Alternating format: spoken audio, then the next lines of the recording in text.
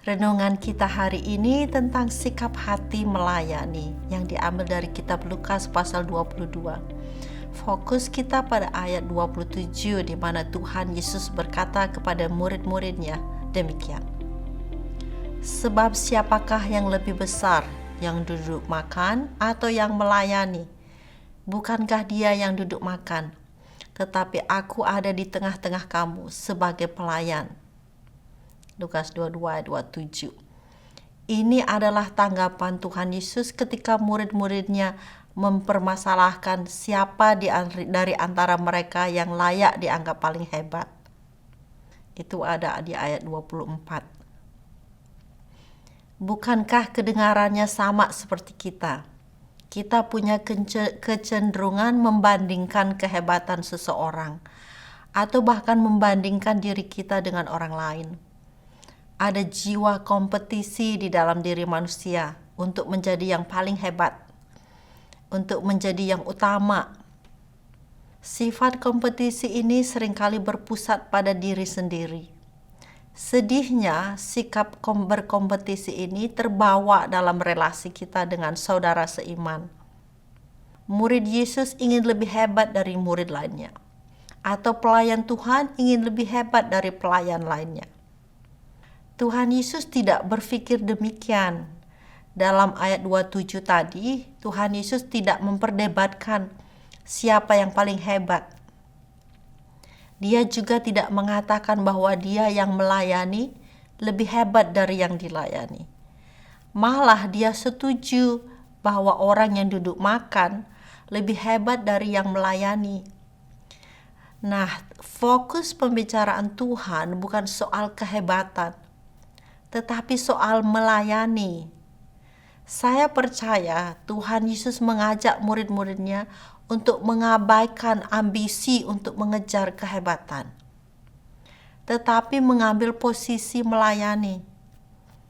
Melayani bukan dengan motivasi untuk menjadi lebih hebat dari yang lainnya, tetapi melayani karena itulah posisi yang diambil oleh Tuhan kita. Yesus adalah Tuhan yang melayani. Dia sudah datang ke dalam dunia untuk melayani. Bahkan nanti ketika ia datang kembali untuk kedua kalinya, ia akan melayani hamba-hambanya. Tuhan Yesus berkata, "Berbahagialah hamba-hamba yang didapati tuannya berjaga-jaga ketika ia datang. Aku berkata kepadamu, sesungguhnya ia akan mengikat pinggangnya dan mempersilahkan mereka duduk makan, dan ia akan datang melayani mereka." Wow, Yesus yang adalah Tuhan dalam gambaran ini akan melayani mereka yang hidup dengan menanti-nantikan kedatangannya. Dan perhatikan setting melayani yang dikatakan Tuhan Yesus. Ia melayani mereka di meja makan. Bagi keluarga yang memiliki pembantu, biasanya pembantu yang melayani meja makan. Boleh dikatakan Tuhan Yesus mengambil posisi pembantu. Tuhan kita sangat rendah hati. Oleh karena itu tidak pantas kalau kita meninggikan diri. Sebaliknya kita perlu mengambil sikap hati melayani. Melayani yang diajarkan Tuhan Yesus bukan melayani karena dikasih peran dalam kegiatan gereja atau masyarakat. Bukan melayani karena tugas, tetapi Tuhan Yesus mengajarkan supaya kita memiliki sikap hati melayani, seperti hatinya Tuhan. Kalau kita memiliki sikap hati melayani, kita akan suka melayani. Entah apapun peran kita dalam keluarga, di gereja atau dalam masyarakat, kita akan memiliki inisiatif untuk bergerak menolong tanpa menunggu untuk dikasih perintah. Dan tidak menunggu untuk dikasih jabatan sebagai pemimpin. Bahkan tidak peduli dengan hadiah atau pujian dari orang lain.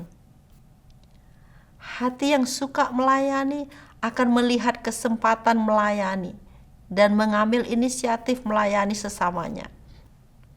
Apakah Anda suka melayani? Apa biasanya motivasi Anda melayani?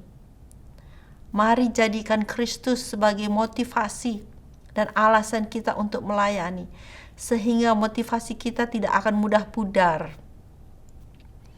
Karena di dalam kita melayani, orang yang dilayani belum tentu menghargai pelayanan kita. Sama seperti kita yang kurang menghargai pelayanan Kristus.